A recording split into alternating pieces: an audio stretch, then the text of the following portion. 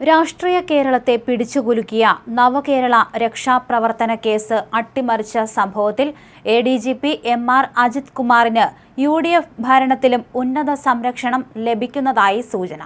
Case അന്വേഷണത്തിൽ ADGPയുടെ നിർദ്ദേശാനുസരണം വലിയ അട്ടിമറി നടന്നതായി പ്രത്യേക അന്വേഷണ സംഘം കണ്ടെത്തി. കൃത്യമായ റിപ്പോർട്ട് നൽകിയിട്ടും ഇതിന്മേൽ യാതൊരു തുടർ നടപടിയും സ്വീകരിക്കാൻ ആഭ്യന്തര വകുപ്പ് തയ്യാറായിട്ടില്ല. റിപ്പോർട്ട് പുറത്തുവന്ന് 2 ആഴ്ച കഴിഞ്ഞിട്ടും DGP നടപടി സ്വീകരിക്കാതെ ഫയൽ പൂഴ്ത്തിവച്ചിരിക്കുകയാണ്.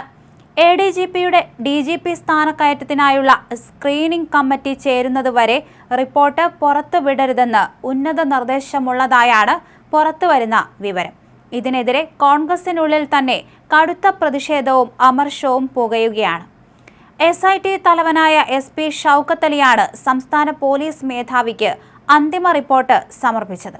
റിപ്പോർട്ടിന്റെ അടിസ്ഥാനത്തിൽ MR അജിത് കുമാറിനോട് വിശദീകരണം തേടുമെന്നും മൊഴി രേഖപ്പെടുത്തുമെന്നും നേരത്തെ വിവരമുണ്ടായിരുന്നുവെങ്കിലും ഇപ്പോൾ എല്ലാം നിശ്ചലമായ അവസ്ഥയിലാണ്.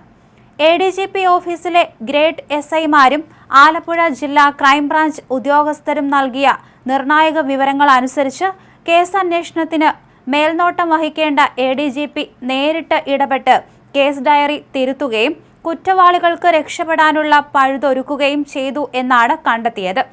അജിത് കുമാർ ഇത്തരമൊരു ഇടപെടൽ നടത്തിയതിനു പിന്നിൽ മുൻ മുഖ്യമന്ത്രി പിണറായി വിജയന്റെ ഓഫീസിൽ നിന്നുള്ള ഉന്നത രാഷ്ട്രീയ സമ്മർദ്ദമുണ്ടായിരുന്നുവെന്ന ആരോപണം നേരത്തെ തന്നെ ശക്തമാണ്.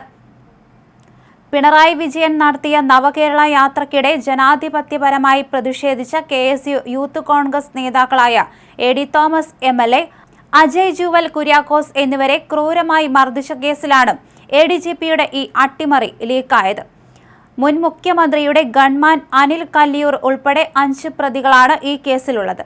സ്വന്തം മുന്നണിയിലെ MLAയും യൂത്ത് കോൺഗ്രസ് നേതാക്കളെയും നടുറോഡിൽ തല്ലിച്ചതച്ച കേസിലെ പ്രതികളെ രക്ഷിക്കാൻ കൂട്ടുനിന്ന ഉദ്യോഗസ്ഥനെ പുതിയ ഭരണത്തിലും സംരക്ഷിക്കുന്നതിനെതിരെ കോൺഗ്രസ് നേതാക്കൾക്കിടയിൽ കടുത്ത അതൃപ്തിയുണ്ട്.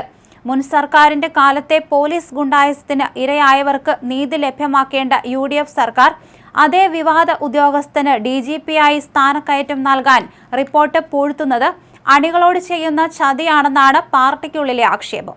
സ്ഥാനക്കയറ്റ സ്ക്രീനിംഗ് കമ്മിറ്റിക്ക് മുന്നിൽ ഈ അട്ടിമറി റിപ്പോർട്ട് എത്തിയാൽ അജിത് കുമാറിന്റെ പ്രമോഷൻ തടയുമെന്നതിനാലാണ് ഫയൽ ബോധപൂർവം മാറ്റിവച്ചിരിക്കുന്നത്.